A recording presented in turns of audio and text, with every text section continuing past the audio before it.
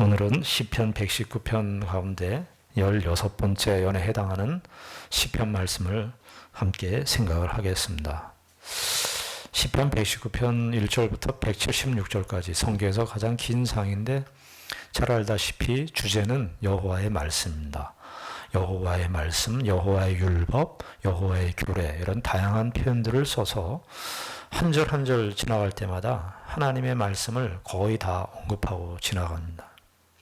하나님의 말씀, 하나님의 율법. 그러니까 사실은 자신의 이야기를 하는 것 같은데 자신의 좀 더 깊이 들어가 보면 자신의 이야기라기보다는 자신의 삶을 통해서 하나님의 말씀의 이야기.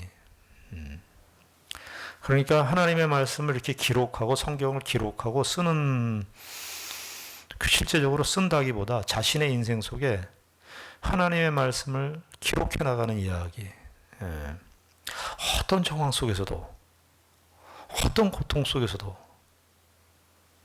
그가 안고 일어서고 생각하는 그런 모든 삶의 정황에서 하나님의 말씀을 자신의 삶 속에서 써내려가는 삶. 하나님의 율법과 함께하는 삶, 동행하는 삶. 쉽게 더 적극적으로 말하면 하나님과 동행하는 삶이죠. 자신의 인생을 살아가는데 하나님의 이야기, 하나님의 이야기를 기록해 나가고 있는 거예요. 한탄도 나오죠. 오늘도 한탄도 나오고, 절망도 나오고, 하나님의 말씀으로 사니까 승리하고, 기쁨이 충만하고, 나는 행복합니다. 옛날에 윤항기 씨의 그 노래처럼 나는 행복합니다. 그렇게 행복한 감정으로 이렇게 나가는 내용이 아니라 고통이 훨씬 더 많아요. 고통스러운 표현들, 절망적인 표현들, 그런 탄식의 표현들이 많은데 그런데도 하나님의 말씀의 이야기.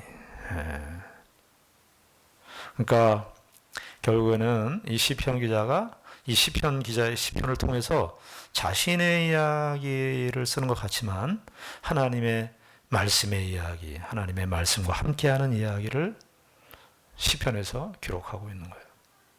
오늘 그런데 이 하나님의 말씀을 그렇게 그 연을 지나갈 때마다 시편 기자가 참 우리를 그 하나님의 말씀과 함께하는 성도들의 신앙의 세계를 좀 더 이렇게 더 열어주고 우리를 또 깊이 있게 인도하는 그런 내용을 확인하게 됩니다. 오늘 121절부터 128절까지를 보면은요, 시편 기자 자신이 자신을 어떻게 이해하고 있는가, 자신을 누구라고 생각하고 있는가 하는 그 표현이 나오는데, 종이라는 표현이 3번 나옵니다. 이 시편 119편에 종이라는 말, 종이라는 말을 쓸 때 다 같이 이 말을 같이 써요. 항상 당신의 종. 우리는 여기 119편에서는 주의 종 이렇게 되어 있지만 번역으로는 실제 번역으로는 당신의 종입니다. 근데 우리가 우리나라 말은 이상하게 당신이라고 그러면은 우리 당신이라는 말을 쓰면 경어가 아니라고 생각해 갖고 주의 종 이렇게 했어요. 근데 다 119편에 나오는 주의 종은 다 당신의 종입니다. 근데 당신의 종. 그러니까 시편 기자는 자신을 인식할 때 119편에서 항상 하나님의 종, 당신의 종으로 인식하는데 그게 14번 나오는데 3번이 이 121절에서 128절까지 오늘 16번째 3번 등장해요. 121절에도 보면은 122절에 보면은 주의 종을 보증하사 그 다음에 121절도 내가 정의와 공의 나를 박해는 나를 122절 주의 종을 보증하사 복을 얻게 하시고 교만한 자들이 나를 박해하지 못하게 하소서. 124절 주의 인자하심대로 주의 종에게. 125절 나는 주의 종이오니. 122절 124절 125절 125절에서는 아예 자기를 나는 주의 종 이렇게 나는 주의 종이라는 말, 자신을 인식할 때 당신의 종이에요. 종이라는 말은 참 우리가 현대사회에선 하기 싫은 말이에요. 내가 누구의 종 된다. 내가 누구의 노예 노릇하나? 이게 좀 어감이 우리에게는 이렇게 쉽게 수긍되지 않는 그런 표현인데요. 성경에서 말하는 종은 종이 누구의 종이냐가 중요해요. 누구의 종. 예. 당신의 종입니다. 종. 자신을 인식할 때 정체성이라는 게 굉장히 중요하지 않습니까? 나라가 사람들이 이렇게 다양한 민족들이 있지만 다 민족을 구성하는 것이 무엇이죠? 민족의 정체성이라는 것이죠. 민족의 정체성. 우리 대한민국이 이렇게 연합으로 다 되어 있습니다만은 대한민국이 하나로 대한민국이라고 하는 대한민국 국민이라고 하는 그 민족적 정체성이라는 게 이 가장 기본적인 권력이에요. 그가 뭐 가지고 있는 사상이 어떤 사상이 됐든 뭐가 됐든 간에 가장 근본적인 정체성은 뭐냐? 대한민국 백성이다. 손흥민 선수가 잉글리시 프리미어 리그에서 그 인종차별을 당하는데 어떤 마음이 드세요? 우리가 그런 걸 볼 때. 인종차별을 아주 심하게 당하고 있거든요, 지금. SNS 상에서. 그러니까 그런 일을 당할 때 우리가 어떤 느낌이 들어요? 우리도 기분이 굉장히 나빠요. 왜 그렇죠? 우리도 같이 민족적 정체성이라고 하는 이 정체성이 있기 때문에, 동질감이 있기 때문에 우리가 멀리 영국에서 일어난 일이지만 우리도 기분이 상하는 거죠. 마음에 우리도 뭐 손흥민 선수처럼 그렇게 상처가 그렇게 깊지는 않지만 그래도 우리도 기분이 같이 나쁜 거죠. 민족적 정체성이라는. 그런데 이 종이라고 하는 단어는 당신의 종입니다. 여러분, 이 종이라고 하는 이 개념이 이스라엘 역사 속에서 그 종이 갖고 있는 이 개념, 의미가 이렇게 역사 속에서 확 크게 드러난 적이 있어요. 언제겠습니까? 종이라는 단어 가지고 이스라엘의 운명이 확 바뀌던 때가 있었어요. 그게 뭐냐면은 이스라엘 백성들이 출애굽했을 때, 출애굽 역사, 출애굽기예요. 출애굽기에 보면 이스라엘 백성들은 원래 신분이 누구의 종이었습니까? 이스라엘 백성들은 애굽의 종이었어요. 몇 년 동안? 400년 혹은 430년, 400여 년에 걸친 1, 2년 세월을 보낸 게 아니라 애굽의 종노릇했어요. 애굽의 종노릇. 그런데 애굽의 종을 하나님께서 어떻게 하죠? 이스라엘 백성들을 구원해 내십니다. 그 구원해 낸다 그럴 때 거기 이제 섬기다에 나와요. 출애굽기에 보면은 모세가 이스라엘 백성들을 구출을 하는 이유를 바로에게 이렇게 밝힐 때 우리가 광야에서 하나님을 섬기게 하여 주시옵소서 해요. 섬기게라고 하는 말이 동사 표현인데 명사로는 종입니다. 그러니까 그 얘기는 뭐냐면은 모세가 이스라엘 백성들을 이렇게 구출하면서 하나님께서 모세에게 주신 명령이죠.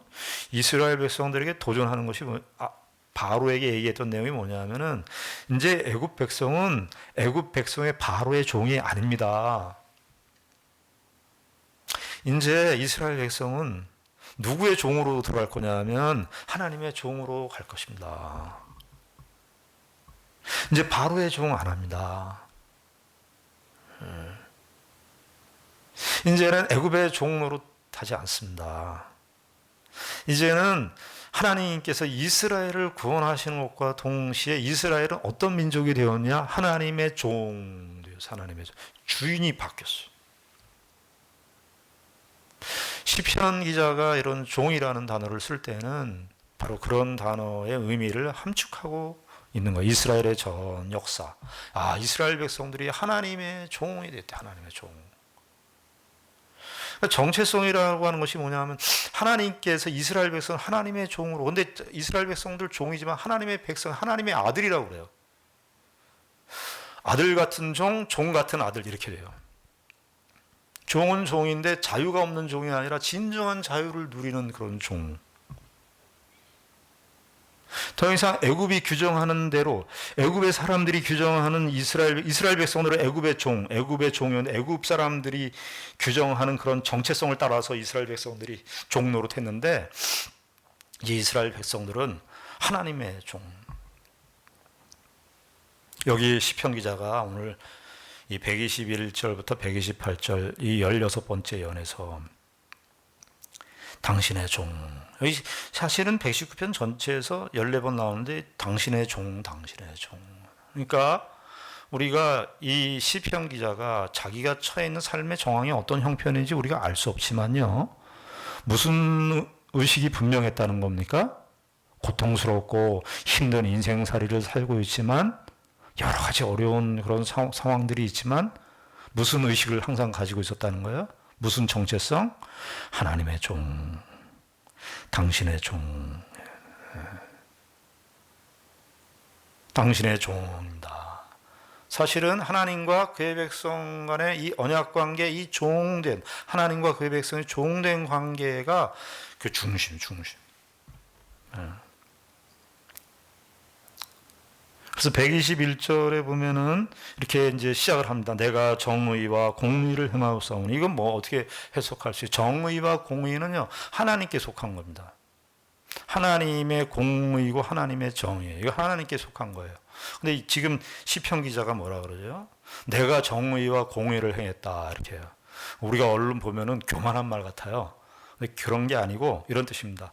하나님의 공의와 정의는 나는 알 수 없었는데 하나님의 종이 돼서 내가 하나님의 공의와 정의를 알게 되었습니다. 좀 더 폭을 넓게 얘기하면 하나님의 말씀을 내가 알게 되었습니다. 하나님을 알게 되었습니다. 그래서 하나님을 알아서 하나님의 종이기 때문에, 그러니까 종은 뭐죠? 주인의 뜻을 잘 알아야 되는, 주인이 기뻐하시는 게 뭔지, 주인이 좋아하시는 건지, 주인이 싫어하는 게 뭔지. 근데 공의와 정의는 두 가지 개념을 이렇게 이렇게 같이 주로 쓰는데요. 구약 성경에서 의롭다, 하나님의 의, 하나님의 오르심 이럴 때요. 그러니까 자기의 판단 기준이 중요한 게 아니라 하나님의 판단 기준대로 살았다. 당연히 종은 주인의 뜻을 따라야 되는 것이죠. 그러니까 이 얘기는 뭐냐면 난 주인의 뜻을 따라서 종 노릇을 잘하고 있습니다. 여러분, 우리도 이렇게 종 노릇을 잘 합니까? 우리의 삶 속에서 하나님의 뜻이, 하나님의 공의로우심이, 하나님의 정의가, 하나님의 의로우심이 우리의 삶 속에서 이렇게 실천돼서 정말 이 시편 기자가 이게 자기 자랑하는 게 아니라 자기가 하나님의 백성답게 신실하게 살고 있습니다. 하나님, 이렇게 얘기하는 거예요. 제가 종 노릇을 하나님의 종이라고 하는 그 의식을 가지고 하나님의 종이라는 의식을 가진 자답게 제가 하나님의 말씀대로 이렇게 잘 살고 있습니다. 참 우리도 이런 고백을 할 수 있어야 되는데요. 하나님의 말씀대로 내가 원하는 거, 내가 기뻐하는 게 내가 아무리 내가 좋아해도 하나님이 싫어하시면 안 하는 거예요. 안 하는 거예요. 그런데 이렇게 사는 게 만만치 않은 거예요. 그래서 121절에 보면 내가 정의와 공의를 행하여 싸우니 나를 박해하는 자들에게 나를 넘기지 마소서. 122절에도 주의 종을 보증하사 복을 얻게 하시고 교만한 자들이 나를 박해하지 못하게 하소서. 박해하라는 말이 두 표현이 동시에 등장합니다. 이게 시편 119편에 자주 나타나지 않는 단어인데 아마 굉장한 압박이 있었던 것 같아요. 뭐 정확하게 알 수 없어요. 아마 그 가까운 위치에 있는 가까운 사람들이 자기의 신자답게 사는 일에 있어서 굉장히 비웃고 조롱하는 차원에서 넘어서서 굉장히 압박을 행했던 것 같아요. 여기 박해를 받는다, 또 다른 말로 얘기하면 압박을 받는다, 이런 뜻이에요. 굉장히 신자의 삶이 괴로워요. 이 하나님의 말씀을 이렇게 사랑하는 사람인데, 하나님의 말씀을 따라 사는 인생인데 압박이 들어있어요. 우리는 이런 시편 기자 같이 어떤 사람에 대해서 이렇게 압박을 받지 않을 수 있어요. 박해를 받지 않을 수 있어요. 지금은 1세기 때, 옛날 고대 시대나 1세기 때 그런 신자들처럼 그런 우리의 물리적인 압박이 있지 않지만 우리도 사실은 가만히 보면 이 세상을 살면서 압박을 받을 때가 많아요. 심리적인 압박. 박해라는 말을 쓰니까 우리하고 너무 거리가 먼 것 같은데 이걸 다른 말로 압박이라는 말을 쓰면은 우리에게 좀 다가와요. 심리적인 공포. 실제로 일어나지 않았는데 일어날 것을 염려하는 그 염려의 그 압박.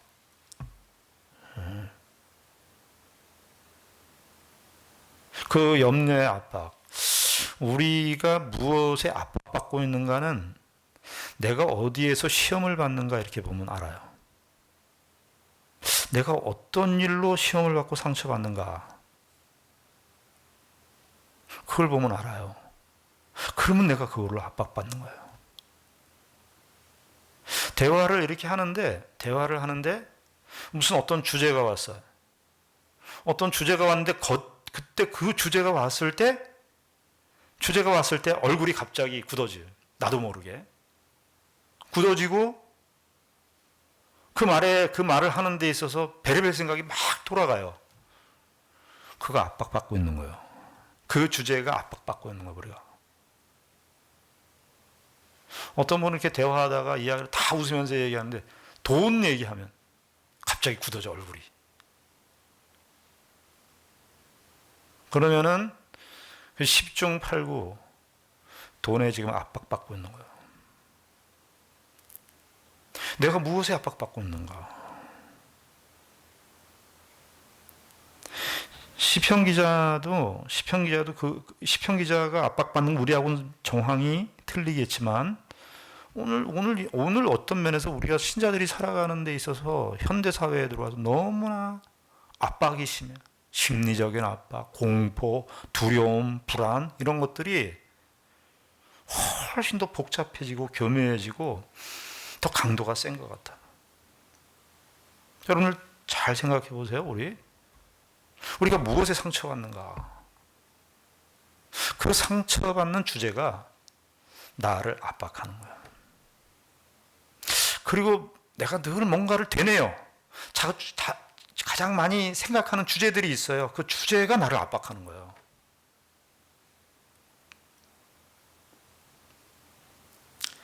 근데 시편 기자가 123절에 뭐라고 그러죠? 내 눈이 주의 구원과 주의 의로운 말씀을 사모하기에 피곤하나이다. 그러니까 이 압박, 이 고난, 이 박해자들을 피하는 상황에서 뭐라고 얘기해요? 주의 구원과 의로운 말씀을 사모합니다. 주의 구원과 주의 의로운 말씀을, 여기 의로운 말씀이라 이렇게 했는데 의로운 약속이라 그러대요. 의로운 약속. 하나님께서 무슨 약속이에요? 하나님께서 나를 종으로 삼으셨어요. 하나님께서 나의 운명을 책임지실 거예요. 하나님께서 그 의로운 약속대로 나를 인도하실 거예요. 그 약속을 바라보는 거예요. 그 약속을 피곤하나이다. 이거 82절에 나오는데 내 눈이 피곤합니다. 그러니까 내 눈이 피곤합니다 할 정도로 하나님의 구원을 바라는 거예요. 방법 없어요. 신자가 이 세상은 무엇으로 사는가? 여러분, 우리가 어떤 것이 부족해서 그것 때문에 압박받고 있는데 그게 해결이 됐어요. 그러면은 그 압박받는 문제가 해결이 돼서 내가 놓일 것 같죠. 내가 정말 그 문제만 해결되면은 내 인생이 다 아무 문제 없을 것 같죠. 그렇지 않습니다. 자꾸 우리가 세상에 있는 우리의 어떤 것들이 부족했을 때 그 세상에 있는 것들을 채워서 나를 지탱해 나가고 또 세상에 있는 것을 채워서 지탱해 나가다 보면은 언젠가는 그게 지탱이 안 되거든요. 그러면 그때 가서는 이런 방식의 삶을 계속해서 반복해 왔기 때문에 자신이 스스로 피폐해져 버려요. 하나님으로 말미암아 사는 법을 배워야 돼요. 하나님의 말씀으로 말미암아 사는 법을 배워야 돼요. 시편 기자가 시편 기자는 고통스럽고 절망스러운 상황들을 얘기를 해요. 그런데 항상 주의 말씀으로 가는 거예요. 주의 말씀으로 가는 거예요. 여기 뭐라 그래요? 말씀과 구원을 같이 놓죠. 주의 구원과 주의 의로운 말씀을 갖추나요?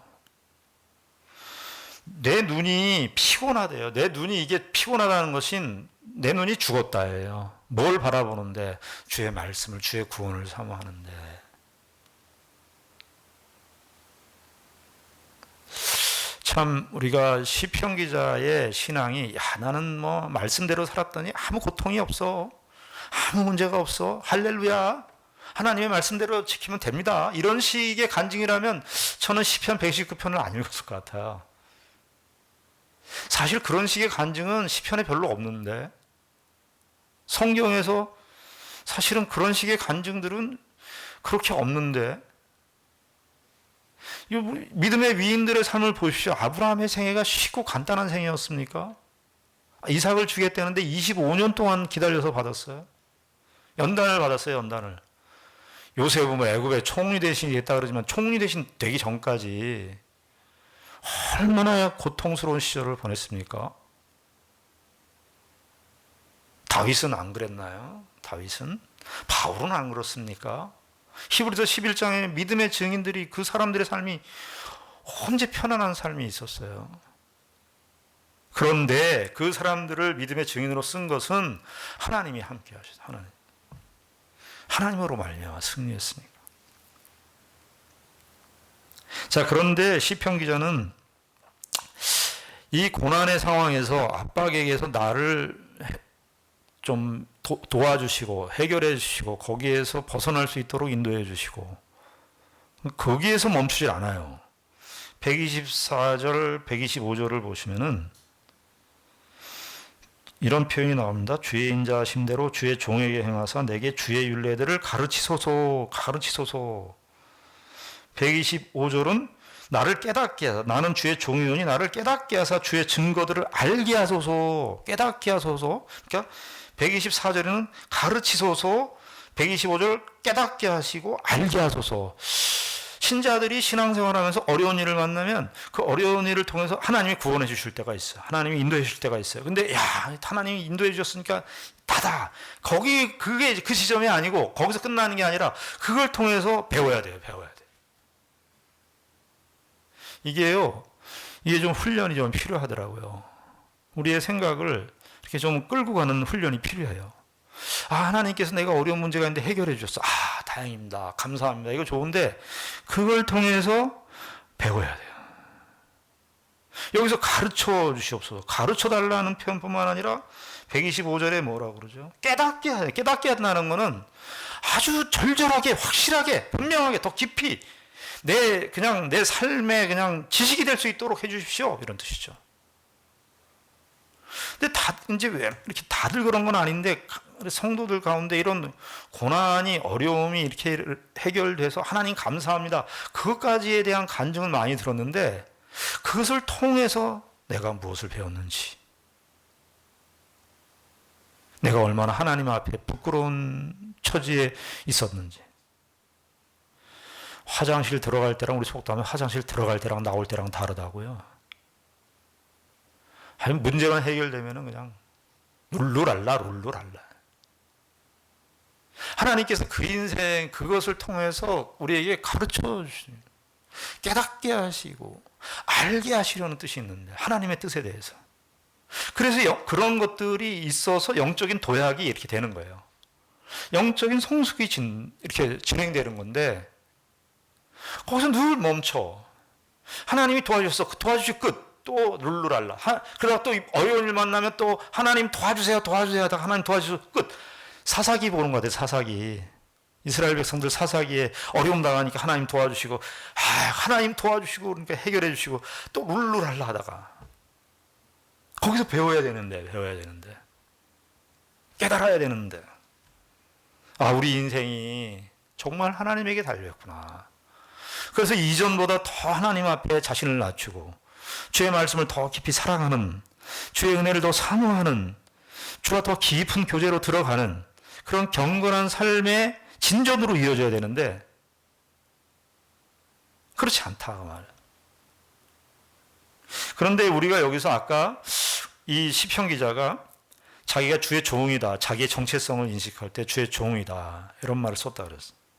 근데 여기 가르치다, 배운다, 이걸 가르친다는 말이 시편 119편에 한 13번 나오는데요. 그러면은 가르친다, 배운다, 이 가르친다라는 말을 강세형으로 쓸 때는 가르친다는 거예요. 라마드라고 하는 히브리어 동사인데, 히브리어는 그 세 단어로 있는데 그 세 단어가요, 그 굉장히 그 의미 있는 그런 단어들이에요. 라마드라고 하는 단어를 쓰는데, 보통 라마드가 일반형으로 쓰면 배우다예요. 배우다. 수동적으로. 근데 라마드라고 하는 것이 강세형으로 쓰면 가르쳐 달라는 거예요. 근데 여기서 이 가르치고 배우다, 71절을 한번 보시겠어요? 71절. 이게 배우다 똑같은 건데, 배운다는 말로 쓰는 게 있어요. 71절. 119편 71절. 여기 이렇게 되어 있죠. 고난당한 것이 내게 유익이라. 고난당한 것이 내게 유익이라. 이로 말미암아 내가 주의 율례들을 어떻게 됐다? 배우게 되었나이다. 예, 배우게 되었네. 이 히브리어 어근으로는 같아요. 라마드라고 하는 배우게 되었나이다. 일반형으로 쓸 때는 배우게 되었나이다. 근데 아까 우리가 124절 가르쳐 주셔서, 이거는 강세형이에요. 그러니까 시편 기자가 이런 가르치고 배운다는 말을 썼을 때 사실은 또 하나의 정체성이 있는 거예요. 아까는 주의 종이라고 하는 정체성이 있는데, 무슨 정체성이라는 거예요? 나는 배우는 학생이다. 배우는 학생이다.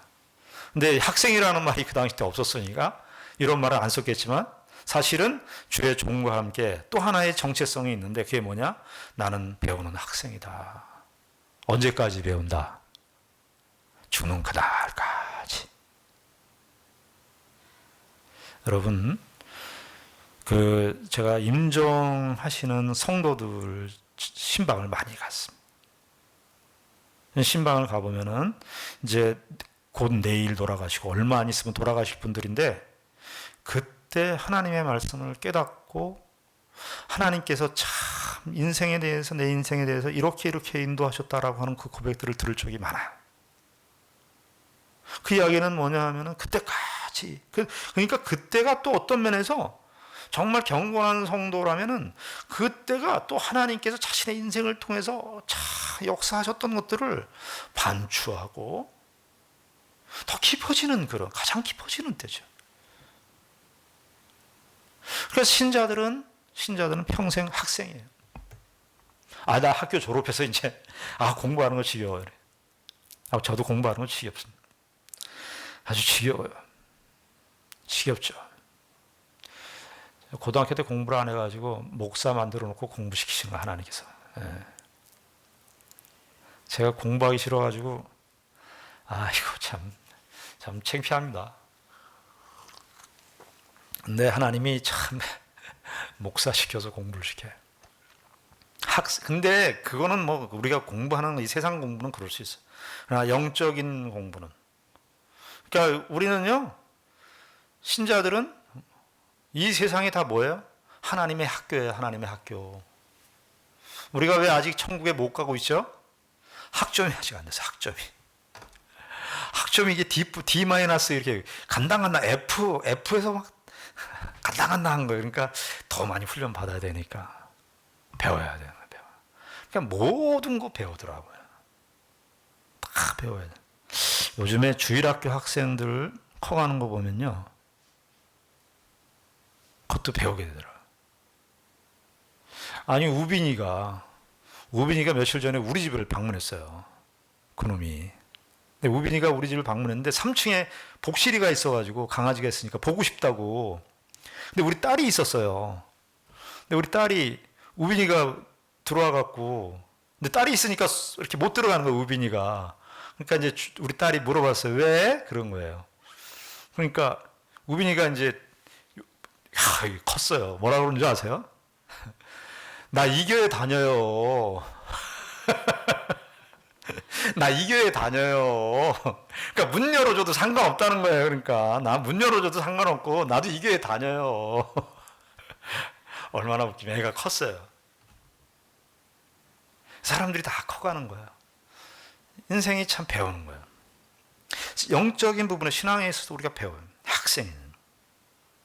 그러면서 근데 126절에 보면은 이렇게 되어 있습니다. 이제 125절까지가 사실은 시편 기자의 청원이에요. 청원. 나를 압박하는 자에게서 거기에 나를 압박받지 않게 해 주시옵소서. 청원. 난 눈을 주의 구원을 바랍니다. 내가 배우게 하여 주시옵소서. 깨닫게 하여 주시옵소서. 이거 다 청원인데 126절은 이게 참 청원이라고 하기에는 청원이긴 청원인데 어떤 면에서 하나님의 결정적인 도움을 바라는, 자신의 현실 인식과 하나님의 결정적인 도움을 바라는 표현이에요. 이게 뭐냐면 126절인데 그들이 주의 법을 폐하여 싸우니, 그들이 주의 법을 폐하여 싸우니 지금은 여호와께서 일하실 때니이다. 이게 참,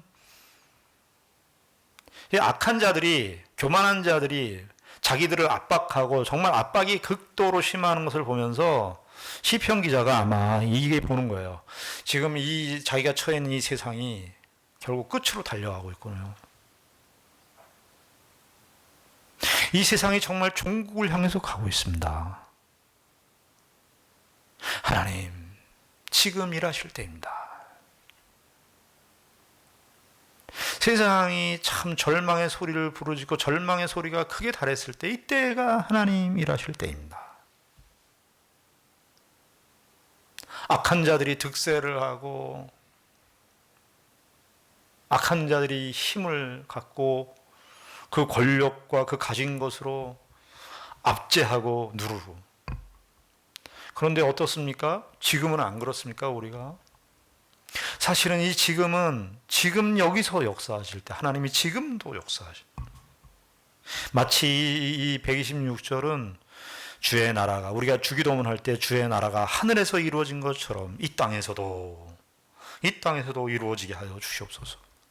하나님의 통치가, 하나님이 지금 일하실 때입니다. 하나님. 지금까지 일을 안 하셨는데 지금 일하시는 때가 아니라 하나님의 일하심이 더욱더 분명해져야 되는 때입니다.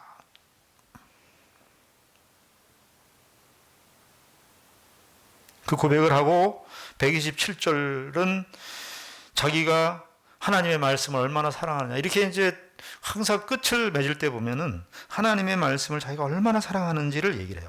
127절에 보면 그러므로 내가 주의 계명들을 금 곧 순금보다 더 사랑하나이다. 그 당시 때는요, 금 이게 가장 소중한 거예요. 지금 이거 우리식으로 얘기하면 어떤 거예요? 바꾸세요. 돈. 근데 돈이 어떤, 순금이라고 그랬으니까 돈. 그러면 돈 정도가 아니라 우리의 전 재산보다, 이 세상의 모든 물질보다 더 사랑하나이다.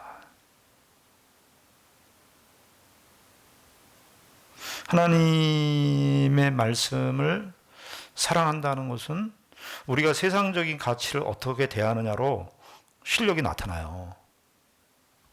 세상에 있는 물질에 대해, 특별히 물질에 대해서 우리가 어떤 가치, 어떤 태도를 취하느냐, 거기에 따라서 하나님의 말씀을 사랑하느냐 사랑하지 않느냐가 드러나는 거예요. 그러면서 128절은 자기의 결단을 얘기해요. 결단. 128절은 어떻게 되어 있습니까? 그러므로 내가 범사에 모든 일에, 그리고 내가 범사란 모든 일인데, 이제 모든이라는 말을 같이 쓰면은 반복이 되니까 이제 히브리어로는 같아요. 그러므로 내가 범사의 내가 모든 일에 모든 죄 법도를 바르게 여기고, 그리고 모든 거짓 행위를 미워합니다. 자신의 삶에 하나님의 말씀을 모든 일에 중심에 놓겠다는 거예요. 자기가 핍박을 받고 있는 상황입니다. 어려움 가운데 있는 상황입니다. 주의 구원을 사모하는, 그렇게 주의 말씀을 사모하는데 눈이 메마를 정도로 그렇게 아주 절망적인 그런 상황 속에 있습니다마는 시편 기자는 하나님의 말씀을 자신의 삶의 중심에 놓겠다, 이렇게. 그러면서 이 하나님의 말씀보다 더 사랑하는 것은 있을 수 없다. 위대한 고백을 하게 됩니다. 놀라운 고백을 하게 되는 거예요. 우리도, 저와 여러분들도 하나님께서 우리에게 우리의 인생을 무엇으로 써내려가는가? 우리가 무엇을 우리의 인생의 일기 속에 기록하는가? 하나님의 말씀의 일기.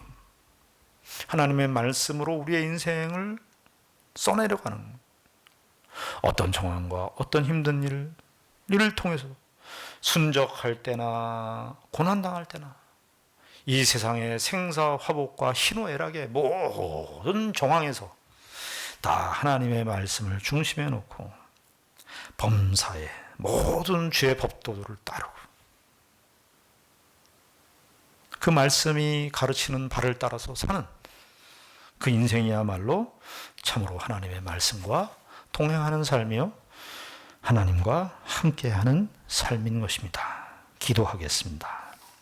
하나님 아버지, 은혜를 감사합니다.